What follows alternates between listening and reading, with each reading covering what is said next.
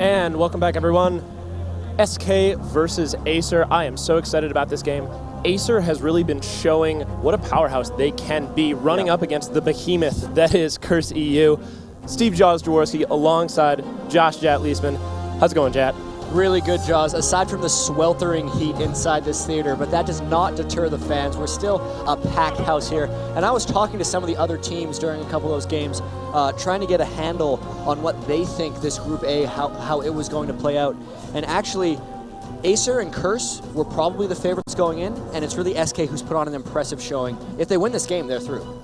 Yeah, SK especially, they had a little bit of trouble in that first game, but they came through against Meet Your Maker, and I believe this will determine who goes through to the semifinals. So right now, it's actually, I'm pretty sure Curse is automatically through. MOM has lost both of their games, and both of these teams are 1-1. So definitely the winner of this team, automatic advancement. Yeah, and with that Acer Curse EU match that we just saw, really interesting meta shifts going on. I believe it was a Nunu Jax mid, as well as an Ezreal as well. The team compositions themselves were fairly normal. We had like a double AP on one side and then a Bruiser AP AD on the other side. But just the lane swapping was really unusual. I couldn't, there was the Morgana in the top lane with teleport, and they kept swapping up things like Jax and Graves over and over again. And it just led into a really awkward, kind of confusing game. And yeah, Curse was able to come out on top of that one. Yeah, and it'll be really interesting to see what Acer does in response to that loss. It was actually pretty even coming into that game, and Curse was just able to pull ahead. Extinct especially had a couple of really clutch bindings, and Slepper on Ezreal is just terrifying. I think he's picked that both games. He's really comfortable on Ezreal right now, and the big thing about that was the Nunu Ezreal synergy, really.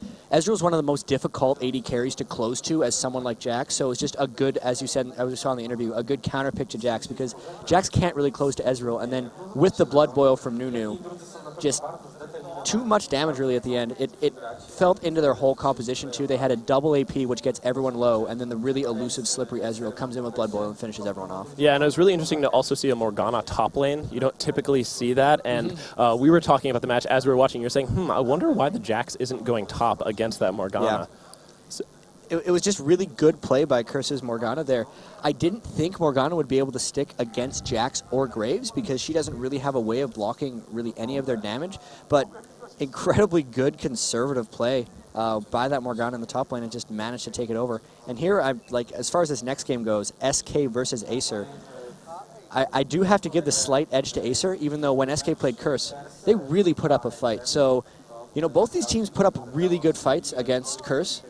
The only loss being to Curse for both of these teams, and I can't really call it going into this game. Yeah, absolutely. And SK with 2 new members, it's interesting to see them really start to come together. And Ocelot, as always, a fantastic AP carry. And Yellow Star, really scary, especially if he gets that Corki. It'll be really interesting to see what they're going to be picking. And Ocelot actually going for a Gragas pick in that first game, going for a more traditional Ahri pick.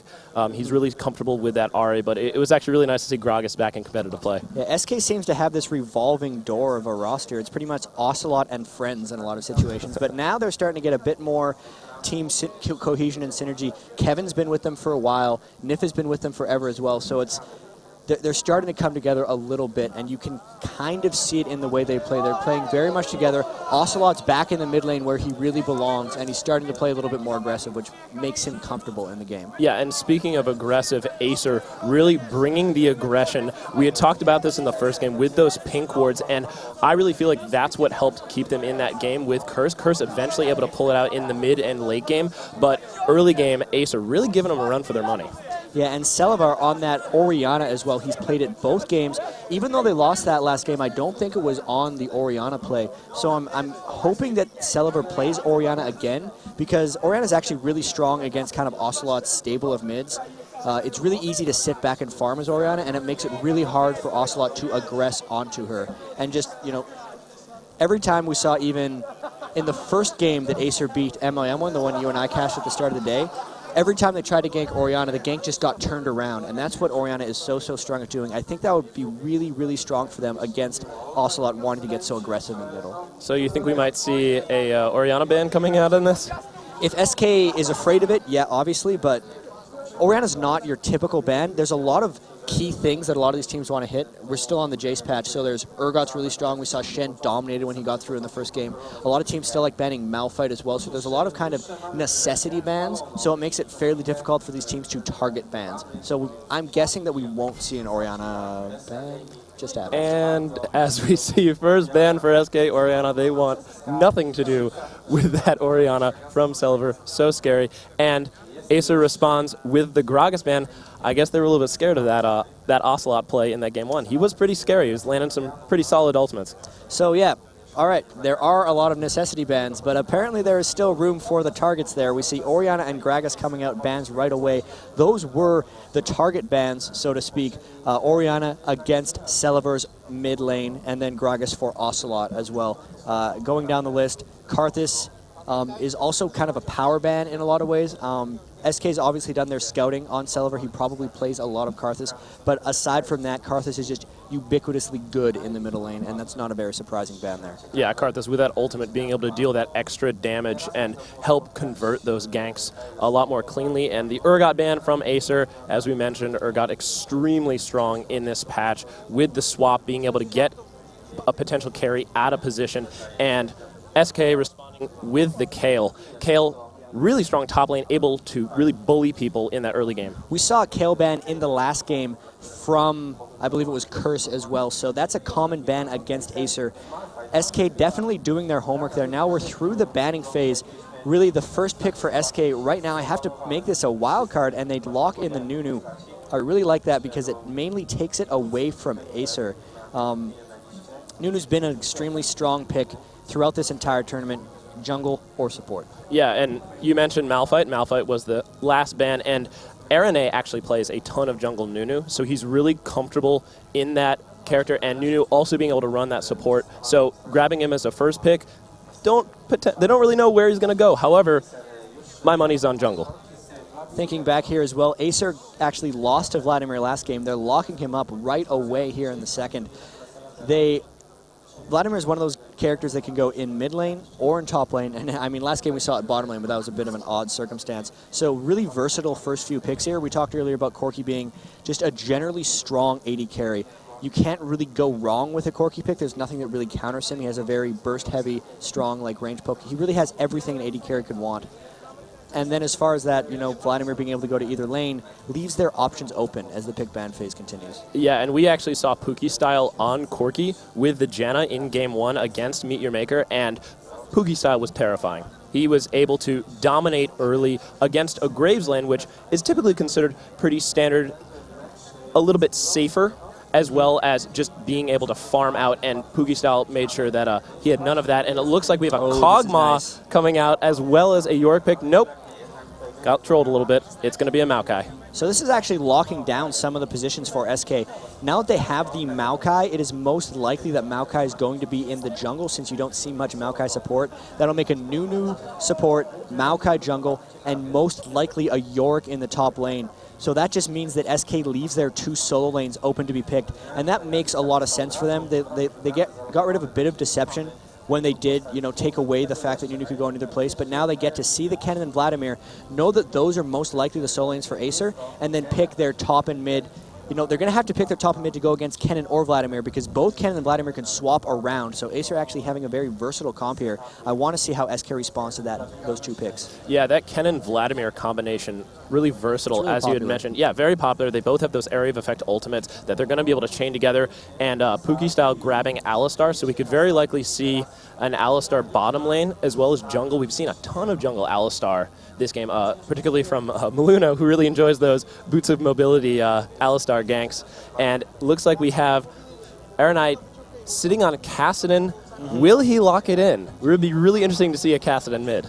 Going back to that Kennen Vladimir as well, that's a team composition that those 2 champions combo very well together. The main thing is Vladimir can put down his ultimate, draw a bunch of aggro in the middle of the team, and as soon as he pops into his pool of blood, everyone just is attracted to wanting to go on top of that thing to finish him off when he reses, but that's when Kennen pops in, ults everything, and tries to finish it off. So there we have SK's final picks here. Kog'Maw to go with the Nunu, and then Anivia in the mid lane, a favorite of Froggen that is starting to be picked up by some of these other teams. Yeah, absolutely. Looks like Ocelot's going to be using that Anivia. Anivia is so strong at just being able to not only clear waves, but have that map control, especially in those jungle paths with that wall, being able to really cut off any escapes and potentially single out some members of Acer. So this is going to be really difficult for Acer here. They now need to pick their support. The problem with this is SK's picked the Kog'Maw. There is so much to protect the Kog'Maw and so much to ramp that Kog'Maw up. They have a duplicate of Kog'Maw if they need with York. Nunu is one of the best supports for protecting AD carries. Maokai is one of the most difficult tanks to get through. And then we have Anivia who just puts down slow fields with a wall. So if Kog'Maw does not get shut down, he's just going to individually kill everyone on Acer. I really like this composition by SK. They have a ton of great protection for two extremely potent damage dealers in Anivia and Kog'Maw. Yeah, and as we see the swaps going down, something else that we didn't mention is that Vladimir and Kennen primarily magic damage, and that Maokai ultimate is going to negate a ton of that. So Maokai is going to potentially be able to drop his ultimate on top of Kog'Maw and just let him have at it. So the thing with what Acer's composition is trying to do, this is a double AP comp, and what those generally do is they take a lot of people low, and then Corki's supposed to come in and clean up.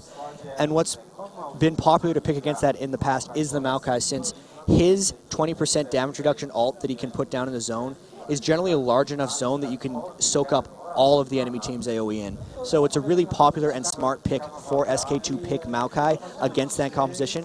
It's just a matter of whether Maokai will be able to withstand LoL Pro's counter jungling on Shyvana. Yeah, it'll be really interesting to see LoL Pro, a lot of success in that first game with that jungle Shyvana. And it looks like we're going to have bottom lane Yellowstar on Kog'Maw with Nif. That Kog Nunu lane, super strong, going up against the Alistar Corki lane. A lot of CC, a lot of early aggression in the jungle. Arane on Maokai, facing off against Shyvana. LoL Pro picking up that Shyvana with that Smite Exhaust. Middle lane, we're going to be seeing Anivia versus either Vladimir or Kennen. They will potentially be able to flip-flop. And then top lane, once again, either Vladimir or Kennen going up against that York. Such a difficult lane to push out. So I really want to pay attention to what Shyvana does early. When you bring Exhaust on a jungler, that is just a signal for extreme early aggression. What happens a lot of these times, especially now that they're a purple team from the top side of the map here, is Shyvana will take red early and then potentially try to gank York at level 2. If you put the Exhaust down, a lot of time they can combo through and just kill him through a flash escape. So I cannot wait to see what they start off with in this game. Yeah, and I can't wait to see this match. Overall, SK versus Acer, winner going to the semifinals. Let's do this. And it seems like both teams starting off middle, a couple pings going down around Team SK's wraiths. We could potentially see some early aggressive warding from Acer. We saw that in game 1, and it looks like SK is grouping up. Super A's a little bit out of position. Oh, man. Does ward, however, great snare from Arane. Will Super A's be able to get out of this? Great pulverize. However, SK in hot pursuit, Pookie style, getting a ton of damage out on Arane. That was a great snare, forcing the flash and the pulverize out from Alistar, but it looks like SK is just going to back off for now. Alistar fairly lucky to escape with his life there. He did get the ward down, and also he managed to spot SK's ward, so he knows exactly where SK's vision revolves now. The only problem with that is, no flash for the Alistar as the support, and they might be doing a bit of creative stuff here. We see Alistar actually coming up into the top of the jungle. Whether he's just here for support or whether he's looking to do something sneaky with the lanes is yet to be seen. Yeah, Alistar actually starting with boots rather than the typical support fairy charm. He might be roaming or something. Yeah, he could potentially be roaming or just looking for that extra mobility. It'll be exciting to see if they're going to be going for a 1v2 lane.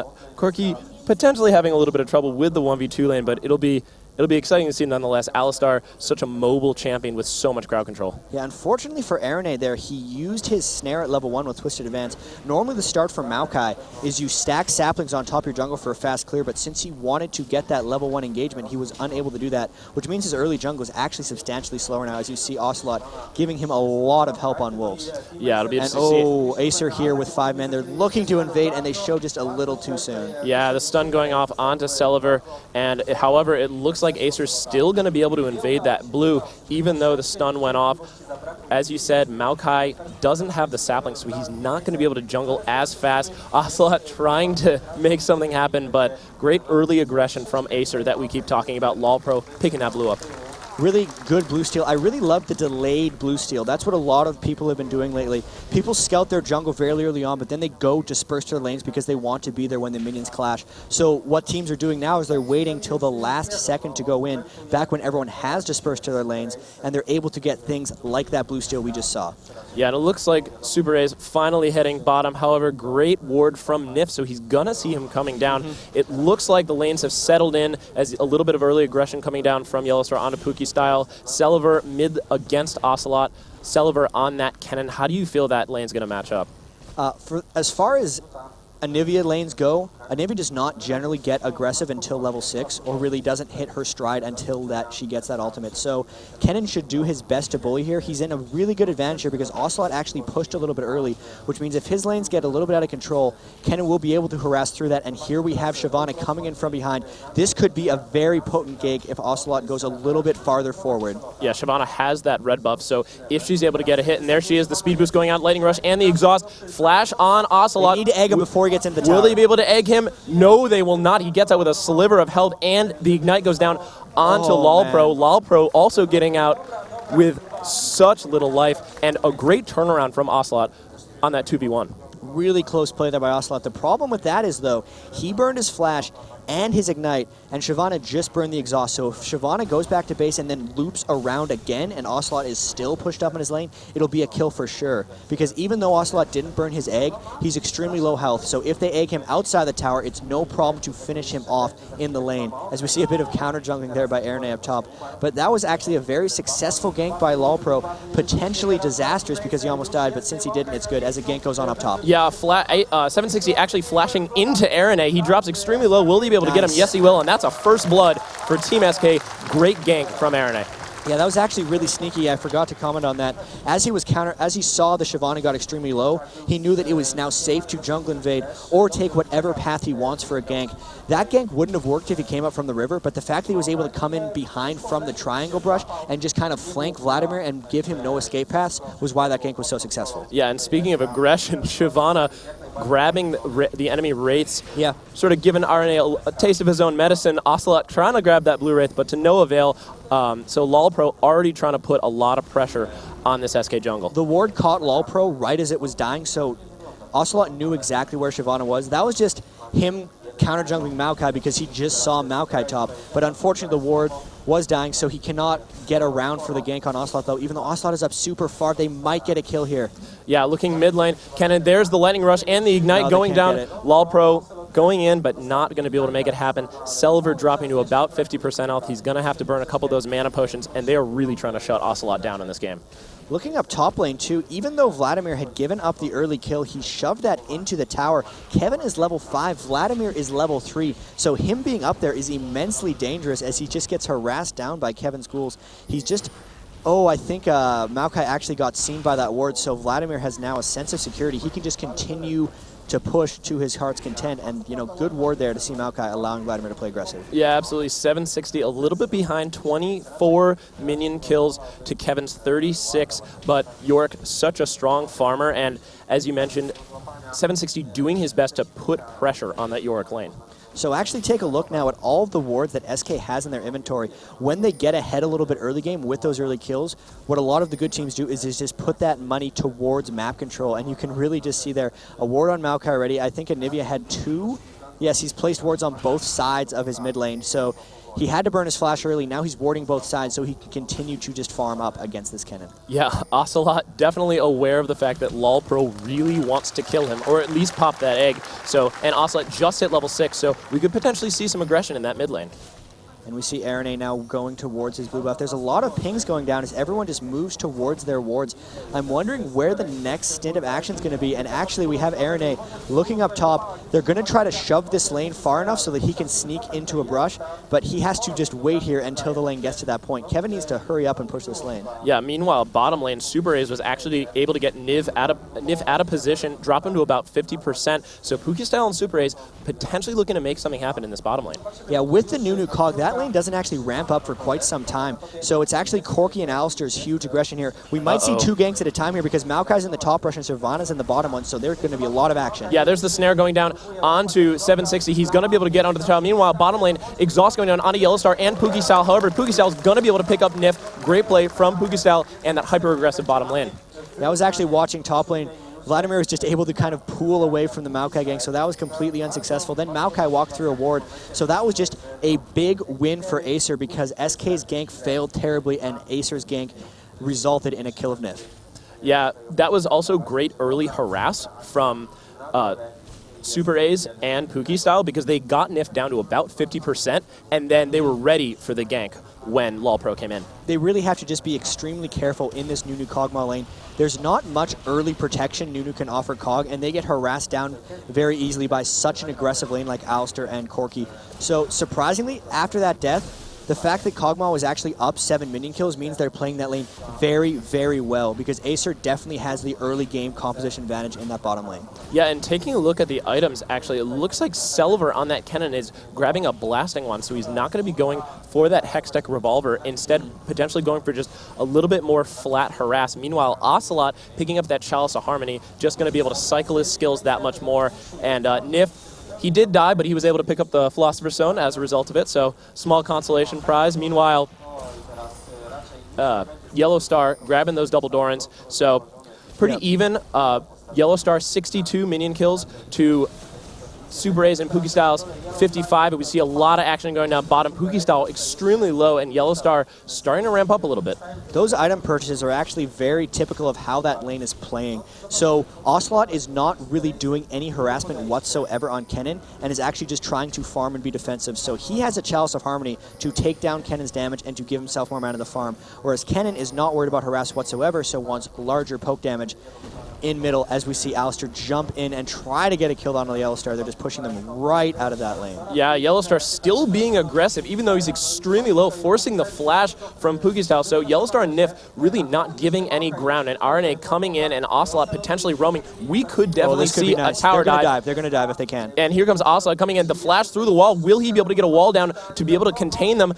The stun could go out. There's the wall, and there's the ult, and there's the kill. Fantastic play from Ocelot as Selver pops his ultimate. Oh, to drop, to push RNA out of position. We could potentially see there's the stun.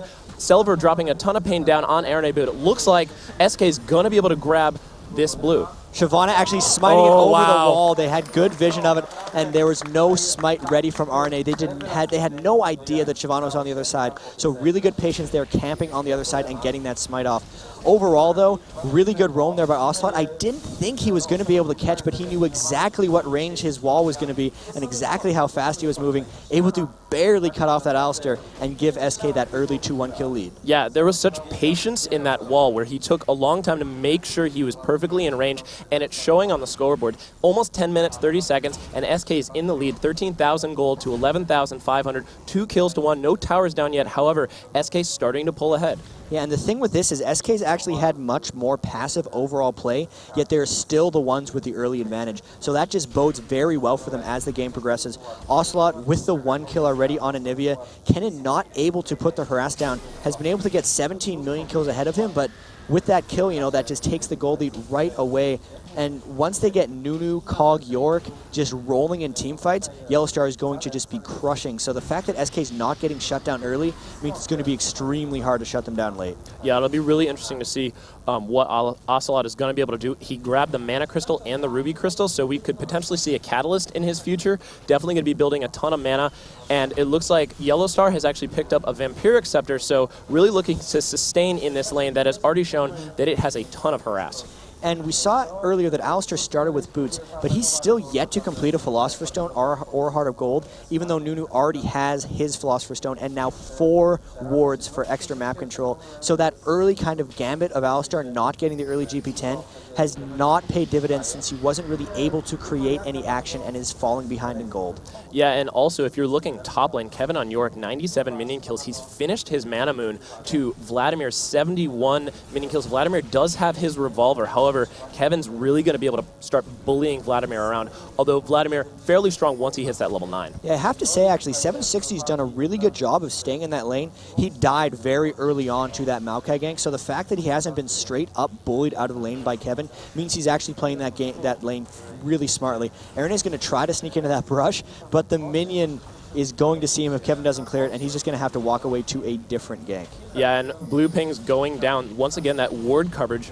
No, he's going to go into that ward again. Will he be able to get it? Yeah, he will. He will be able to jump into this brush. Great clearing from Kevin, and I would be really interested to see if Aaron is going to dive this. Yeah, this is really curious because Vladimir has heal, flash, and pool up. They have to really harass him down, and if they tower dive, they have to be ready to stay there for a while. So if they're willing to tower dive this, they have to be in it for the long run.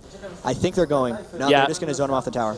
Yep, and it looks like Kevin trying to put that harass down. Aaron has that red buff. However, it doesn't look like he's going to use it unless 760 gets in range. However, looks like 760 is just stalling a little bit as LoL Pro comes in. This could very quickly turn into a dangerous situation for SK. Kevin staying in, trying to put some harass down. Meanwhile, Yellowstar and Nif picking up those golems, getting that extra farm.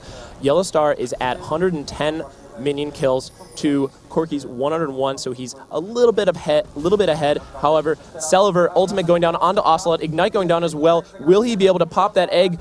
No, he will. Yes, he will. There's the egg. It's in the tower, though, so there's really not much he can do on it. All he ended up doing is burning his Ignite and his ult for a passive proc out of Ocelot. So really smart by Ocelot there, and Celiva not able to really pull any advantages. It's kind of just how this whole game has been going for Acer. They are so close to pulling something off, but then they don't, and then SK gets another advantage off it. Like this dragon. Kennen has no ult, no Ignite. Ocelot's full health because he got egged in the tower. Now they take a dragon. Yep, and Ocelot is going to be able to potentially zone any Acer aggression on this dragon. SK looks like they're going to be able to take this dragon uncontested. Yep. And however, it looks like LoL Pro is going to try and put some aggression on that mid lane with Celiver. However, Kevin continuing to aggress Celiver extremely low. They're trying to cut off Shyvana here. They know exactly where she went into the jungle, but will they be able to catch her as she runs up? She's going to ult over the wall. Yeah, but Aaron is going to follow, getting the snare down. Ocelot going to follow. There's the wall. Fantastic wall.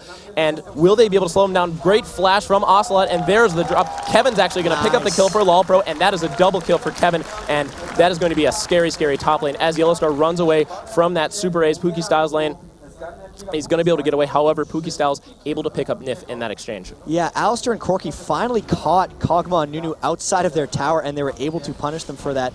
Really a great job, actually, thus far by Yellowstar, despite the fact they're down 2 kills, that they haven't lost this lane yet, and that Yellowstar's actually up in minion kills just shows how strong he's been doing. And yeah, you can see Corky's yet to be Kog'Maw's yet to power up because Corky just crushes him in duels.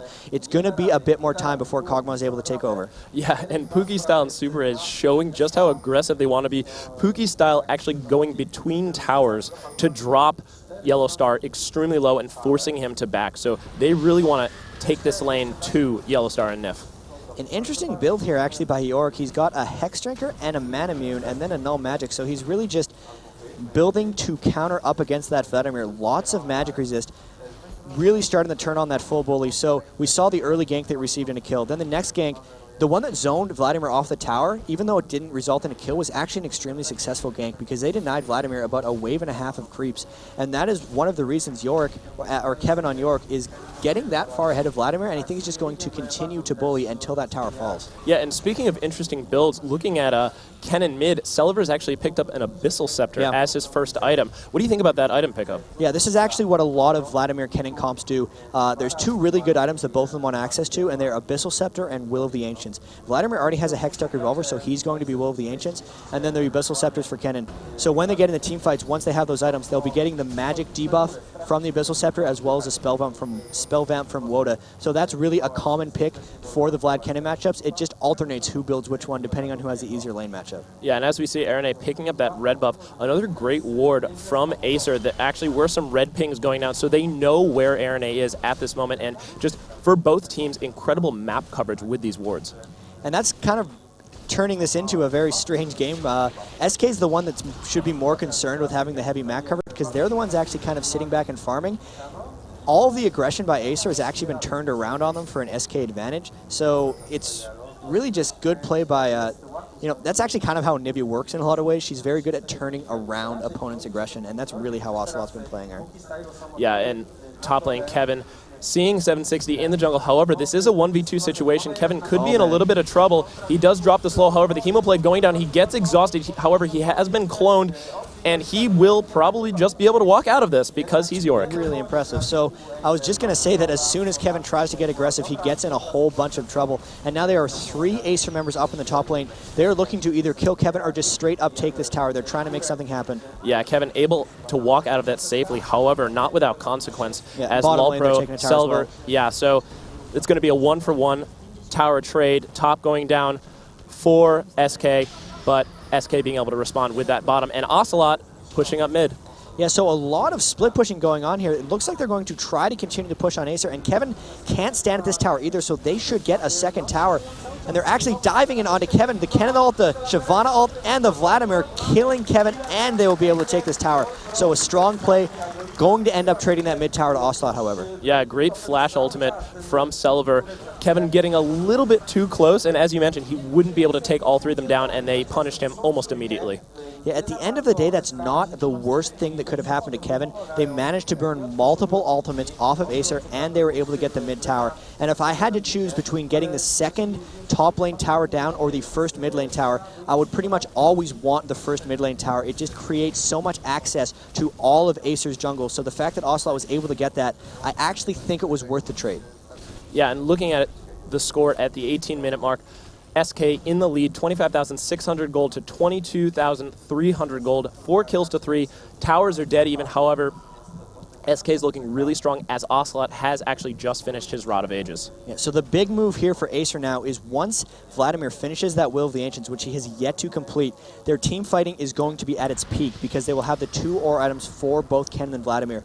They need to pretty much pounce then, because if they let Yellowstar get too late, it's going to be really bad for them. So I think as soon as Vladimir gets that Will of the Ancients, which they need to get to very soon, it's probably going to sync up fairly well with the next Dragon being up.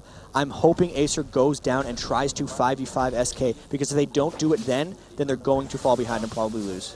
Yeah, especially considering Yellowstar has gotten that BF sword as well as that pickaxe, so he is building well into his Infinity Edge, and a fed and farmed Kog'Maw is a very scary Kog'Maw. So it'll be interesting to see if Yellowstar is going to continue to be able to get farmed. Meanwhile, Selver has actually picked up double amplifying tomes, so we could potentially see a double Will of the Ancients. They'll be going for the double Woda eventually, but it's really just a matter of getting the first ones out early so they can win their initial team fights. Because if they can win the initial team fights on that very AoE-focused team, they can kind of snowball it into the rest of the game. As this Dragon's about to spawn, they don't have the Will of the Ancients yet on Vladimir, so Kennen has to go into this fight without any spell vamp. This is going to be a really close game. Yeah, and Vladimir a little bit out of position in this Acer, so let's see who Arene is going to initiate on. All of SK is here as well as all of Acer, so this could potentially be a knockdown drag-out fight for this Dragon. Ocelot's going to want to wall something off, or Arene is going to have to get a good initiate. SK is actually fine trying to let Acer engage on them because they have very good counter initiation. Trying to walk through an Anivia and Maokai is one of the most difficult things to do in a team fight, so SK actually just waiting for Acer to go into them. They're waiting for Acer to either pull the Dragon and have the aggro, then go in, or they're waiting for Acer to try to jump on them. This is how SK is playing this fight. Yeah, and there's the Dragon aggro, so Acer going to try and make this happen. Pukistel does have that Sheen and that Fade, so he's going to be able to make something happen. However, let's see if SK, there's the wall from Ocelot, getting a ton of pain down on Lulpro. There's Selver with the counter initiate, however, he is exhausted, and the Maokai ultimate.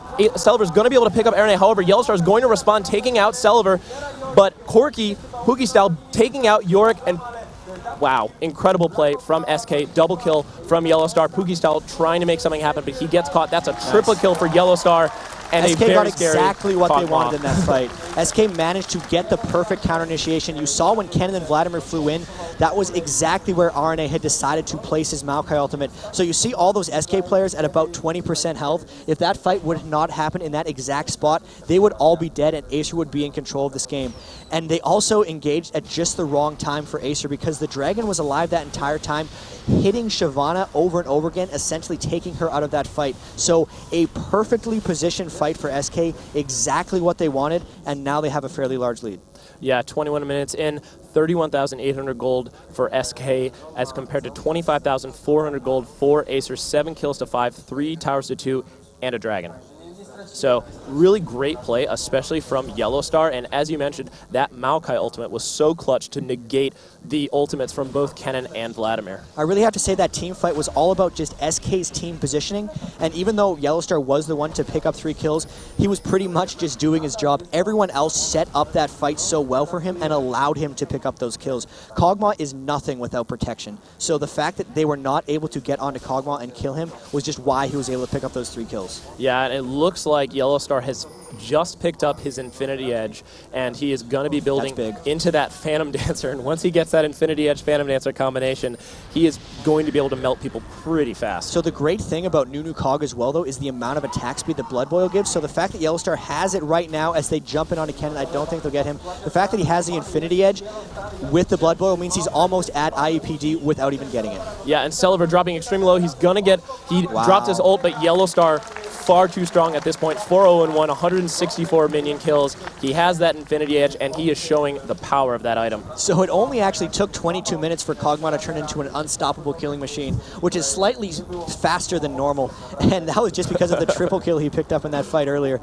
It's really, really bad for Acer at this point. There is such an amazing peel team on SK, and the only thing they wanted this entire game was to get Kog'Maw fed. And the fact that they were able to do it this early means that all they have to do for the rest of this is just protect the Cog. They can play as patiently as they want. The emphasis is on Acer to get to Kog'Maw, and that is what SK is built to defend against. So this is just really, really good for SK. Yeah, and Kog'Maw actually, with that kill, just picked up his Zeal. So he is motoring towards that Phantom Dancer, and SK with almost an 8,000 gold lead as it looks like they're potentially setting up for this Baron. Yeah, so SK realizes how strong Kog'Maw is right now, and there's still no Will of the Ancients on Acer, so their teamfight potential still isn't maxed. I have to question that Haunting Guy's pick on Vladimir. He could have finished that Will of the Ancients, and they really need the teamfight presence at this point. So what SK is doing right now, they have the Oracles on Nif. They know how strong they are. Acer is kind of forced into constantly checking Baron, and SK eventually is going to get either a good Anivia wall or a good Maokai route, and they're just going to force back and forth on this Baron until they either get it by Acer conceding it or they get a team fight when Acer tries to stop them. Yeah, meanwhile, Kevin actually picking up a Spirit Visage, so he's going to have so much more sustain in these fights, as well as Maokai grabbing that Aegis of the Legion, so there's just so much survivability, so much sustain, and so much peel, as you had mentioned, just keeping Yellowstar alive and just allowing him to melt this team single-handedly. Yeah, and that Aegis of the Legion is one of the most important items you can pick up against Ken and Vladimir. The aura magic resist that item gives on top of the Maokai 20% damage reduction just takes Acer's damage down so far. It really actually puts the emphasis onto Corki to be able to clean up things, but comparing Corki to a Nunu Cog just really isn't a fair comparison at this point. I really have to give the edge to SK based on smart team comp, smart play, and smart item choices. Yeah, and at this point, Nif is basically permanently blood-boiling Yellowstar, and with that Zeal, he is hitting so hard and so fast. And there's the wall, singling out LOLpro. Will the stun go off? No, LOLpro will be able to get out of there with that speed boost. However, Yellowstar getting some pain down. Will they engage? It looks like they're going to try and disengage. However, LOLpro is still out of position. RNA snaring him. There's the Maokai ult. But LOLpro counter-initiating. There's the Nunu ult. Exhaust going down onto Yellowstar. Celiver trying to make something happen. Great flash out from Yellowstar. However, he is cloned. He has a sliver of health left, and yet he is still fighting. He is able to get a double kill, and he is dropping Super Ace. Pookie style goes down as well, and Yellowstar trying to finish off 760. Nice. That's a double kill for Ocelot, a double kill for Yellowstar, and SK just building this lead. That was an extremely close fight for SK, and it just goes to show how powerful that Vladimir Cannon can be. If they only just had a bit more strength, I swear if they had that Will of the Ancients, they would have won that fight. And it's just a matter of Yellowstar getting so much protection. You saw that Yorick ult going down on him, so actually for a brief time, 2 Kog'Maws in that fight doing a whole bunch of damage. Great flash over the wall by Yellowstar, actually baiting all of Acer over the wall to chase him. And at the end of the day, that flash over the wall and then Acer's persistence at trying to finish off like a 5 health Kog'Maw really just allowed SK to run around the rest of the fight and clean up. Yeah, and Yellowstar also showing the power of picking up that Vampiric Scepter, because he had a sliver of health when he flashed over that wall, and even then he was able to stay in the fight and just lifesteal back when he was going one-on-one with Super A's. So all credit to Yellowstar, as well as Ocelot being able to sort of sweep through and use that great positioning that we've seen from SK to sort of save Yellowstar, give him a bit of a respite instead of getting jumped on by the rest of the team. Now, Kennen actually is the one who finishes the Will of the Ancient, so they do have on Acer both of the ore items that they need.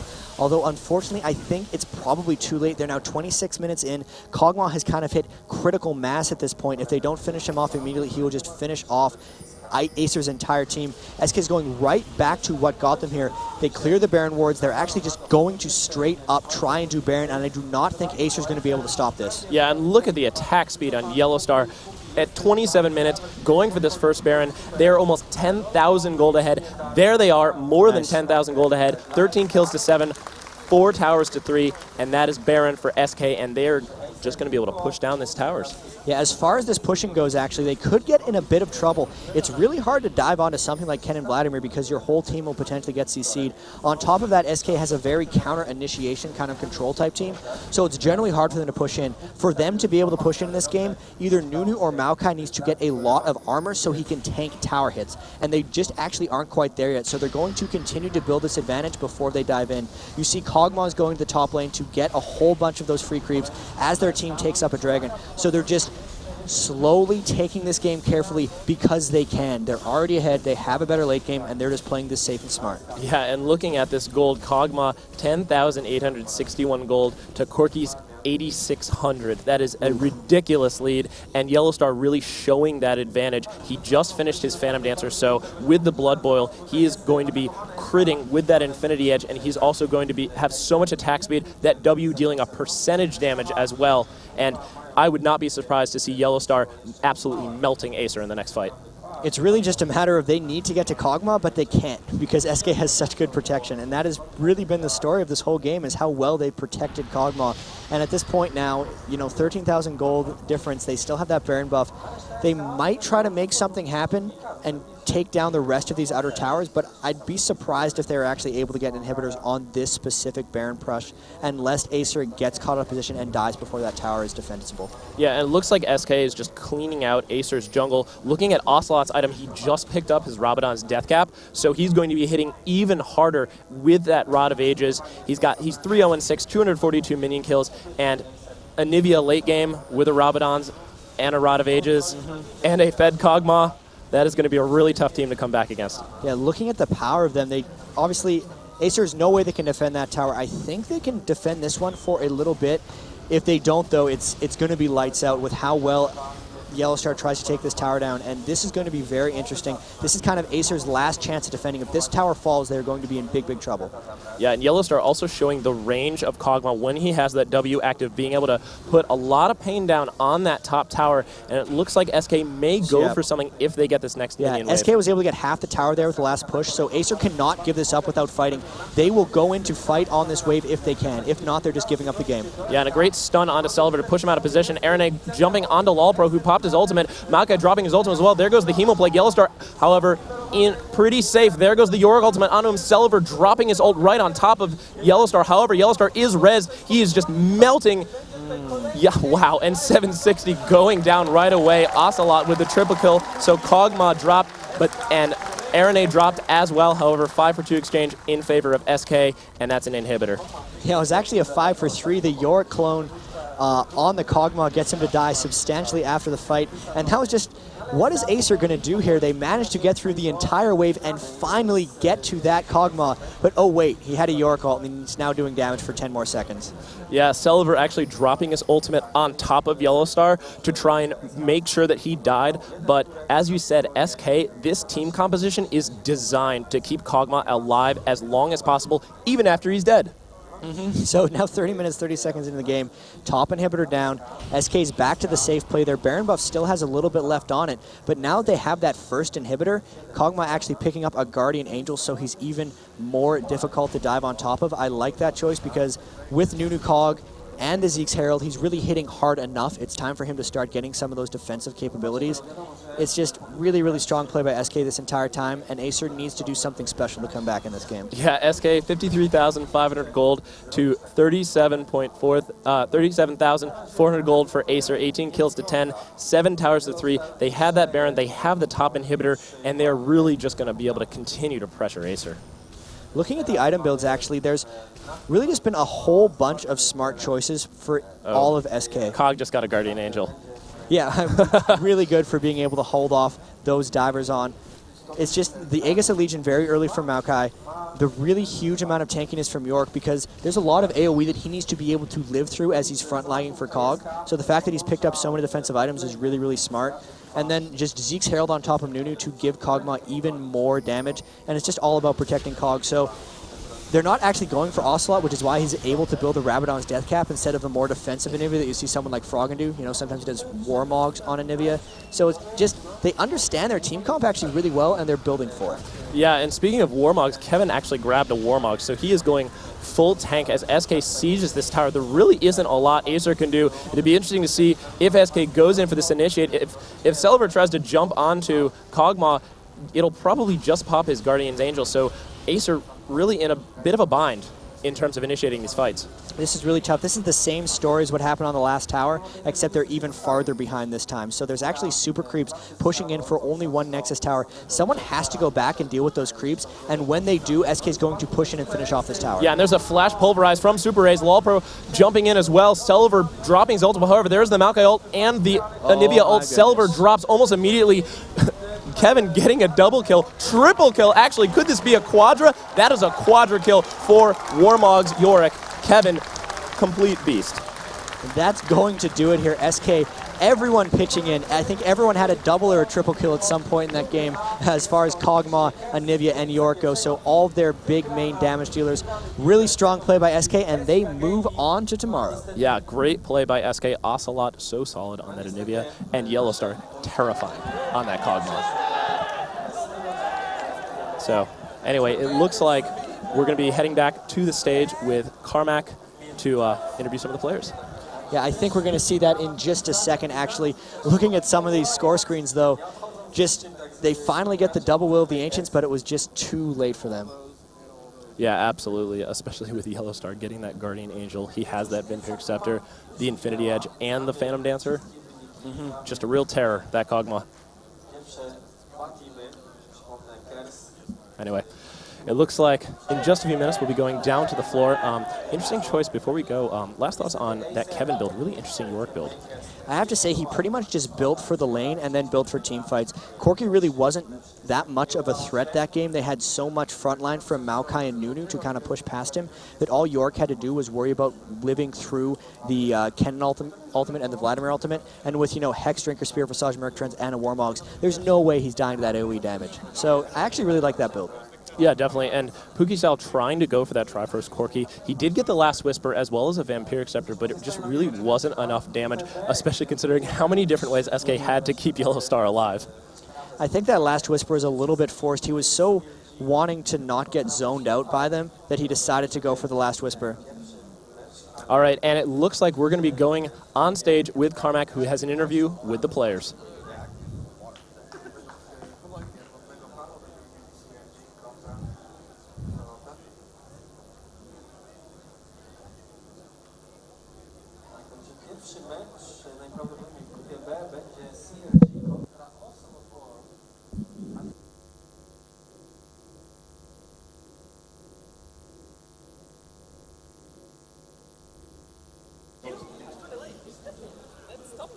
So Joe, we're here.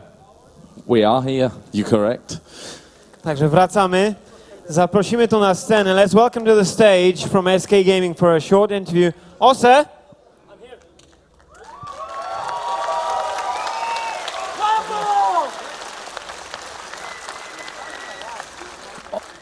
Ocelot, I'd say, well, I was sat right up there at the back, and all I could hear was you. You're happy with that win, right? Oh man. So, tak więc Joe mówi, że siedział na samej górze i tylko jedyne co słyszał to właśnie Ose. I'm so happy, my team is so happy. It's like, man, it's like I know it's only go through group phase, but it's like a dream for me, for us, because we are working so hard, people cannot imagine. Even though we get so harassed by everybody, by the whole community, we get so harassed because we get people on and stuff. But at the end of the day, what do we do as a team is for the good of the team. And going through group phase is like, I cannot explain with words. I mean, it's so good, it's so good, it's so good, man. Honestly, it's so good.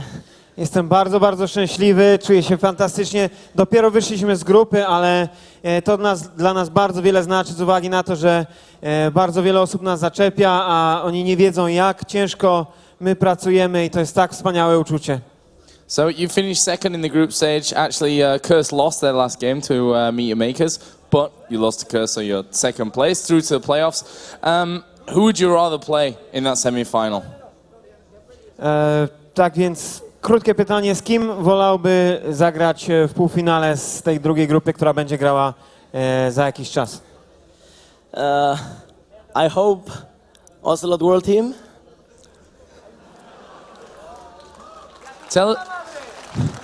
I don't think you need to translate that part, but talk us through that story because a lot of people don't really know why Existence are called OcelotWorld.net. Tak więc wytłumacz, dlaczego Existence w tej chwili nazywa się OcelotWorld.net.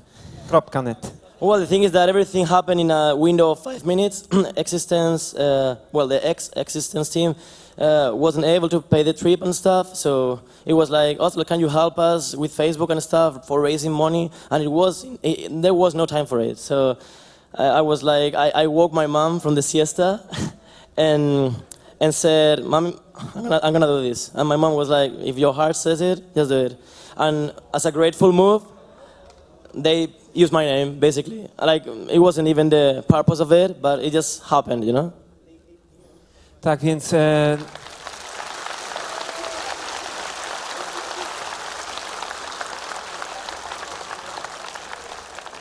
ja dla tej mniejszości, która chyba nie rozumie, przetłumaczę jednak. Więc to stało się tak, że drużyna Existence nie była w stanie wysłać zawodników tutaj.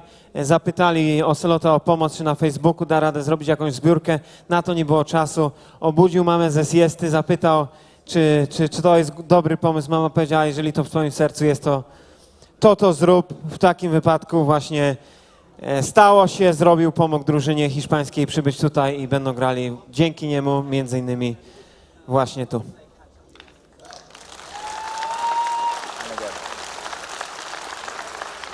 Well, Ocelot, I think I'll let you go and enjoy your second place in the groups and cool down because you look rather warm. Yeah, definitely. Let's do. We have lots of Ocelot fans here. Mamy wielu fanów Ocelota.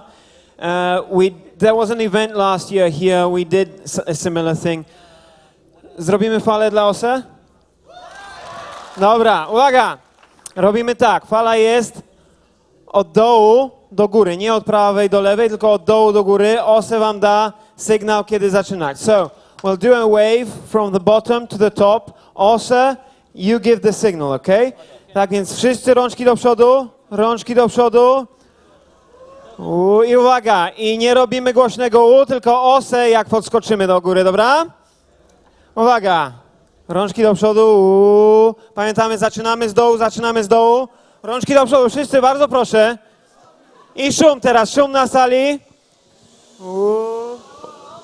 What is it? Okay, 3, 2, 1, come on!